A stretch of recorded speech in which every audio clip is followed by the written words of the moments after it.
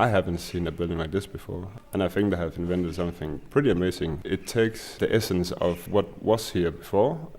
I think it's modern and old at the same time. It's not pastiche, it's not built to look alike. It's a very delicate place to place a building in Ribe, because it's neighbor to the cathedral, to the procession walk, to the old jail. The building is a direct response to the major challenge of this project, which was how to integrate a 1,000-year-old ruin in a new contemporary building that has to contain functions for a modern parish home. Apart from this ruin, they found graves dating back from the Viking ages. So our response was to lift the parish functions up with a transparent ground floor and a very, very straightforward brick-faced building with a shape that takes into consideration the color and the geometry of the neighboring buildings. So it has a gable roof shape that has a height of one adjoining building and then has an inclination of the next adjoining building. So we sort of merge the geometry of the surrounding buildings into this shape. And to the south, where we have a very close neighbor, which needs more space and air, we gave the building a kind of a sculptural push. We were looking for a project that fit into the city, which is very important because the new building mustn't be too strong and take the site from the cathedral.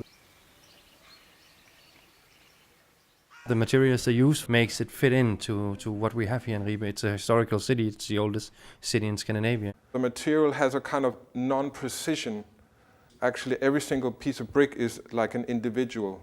It's like made by hand. With a very interesting brick manufacturer, we developed a special brick for this particular building that has quite a large size. It does not express gravity like a traditional brick does. And we want to have a brick that easily adapts to this geometrical challenge that this shape poses. We have a brick building from today talking to a brick building which is 1,000 years old. We made a mock-up of 2 different colors of this brick, and the client, which consists of a large amount of people, had an opportunity to look at this brick before they chose a color. People are too afraid of new things. Of course, it's important to take care of old things, but the old building shouldn't steal all the pictures. The wood is on purpose not treated with precision. It is allowed to give its own shape. And at the same time, the concrete wall that surrounds the ruin space is made with the help of a wooden-faced scaffolding wall to fill in the concrete. We told the workers, hey, you have to cut the pieces of wood in not precisely. We want to make gaps between the wood so that the concrete will bleed through the wood and give it a sensual texture. The inside I like because of the feeling in the room. Somehow they have managed to build a building with no rush. No matter how much you're in a hurry, you're not in a rush when you are in this building.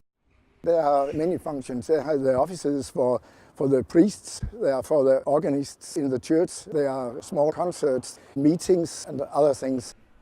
It's an office building, but it's very important that people have access to it, that things happen in it. We come in, we see what happens, we are part of what it's used for. The exterior glass facade of the ground floor is framed in a way with these wooden pivoting planks. They create these like human-sized gaps. We try to look at the windowing in a more sculptural way so that the windows are a result of a series of punches through this mass of brick. So it's a kind of a contradiction. It's a brick building that is hovering above the ground, like defying gravity. And this brick building is made very heavy with these punching holes. It sits in an impossible place to build a modern building, and they did it, and they succeeded.